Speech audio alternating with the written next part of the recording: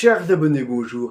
Après la dernière minute vidéo que j'avais intitulée Le troisième larron, une nouvelle minute vidéo qui s'intitule Le larron invisible. De quoi s'agit-il? Si nous nous livrons à la lecture du dialogue, à la lumière de l'analyse transactionnelle, nous nous rendons compte que tout dialogue est transaction. Et d'ailleurs, le vocable français nous le fait comprendre. Nous parlons également d'échange, nous parlons de partage et même à une certaine époque de commerce amoureux.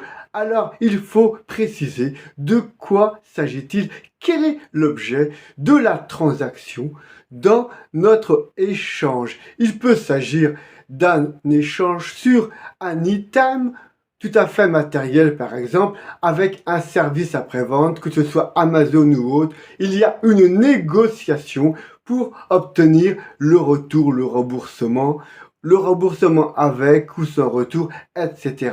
Ce sont des objets purement matériels. Il peut s'agir d'un mix de matériel et d'immatériel. On peut parler, par exemple, de ces brouteurs qui vous attisent l'attention avec de la pitié, avec du sentiment, alors que ce qu'ils désirent vous prendre, c'est tout simplement votre argent. D'où l'importance de mettre le doigt sur l'objet de la transaction. Et puis, enfin, il peut s'agir, et là, c'est plus grave, de ni plus ni moins que de vous-même, à savoir votre personne, votre avoir, votre être, votre identité. Ça, c'est très courant, mais il faut savoir que c'est l'âme et le corps qui est visé. Et dans ce cas, lorsque vous êtes pris sous emprise, vous avez affaire à un ou à une perverse narcissique et ça devient très grave si on ne met pas le doigt sur l'objet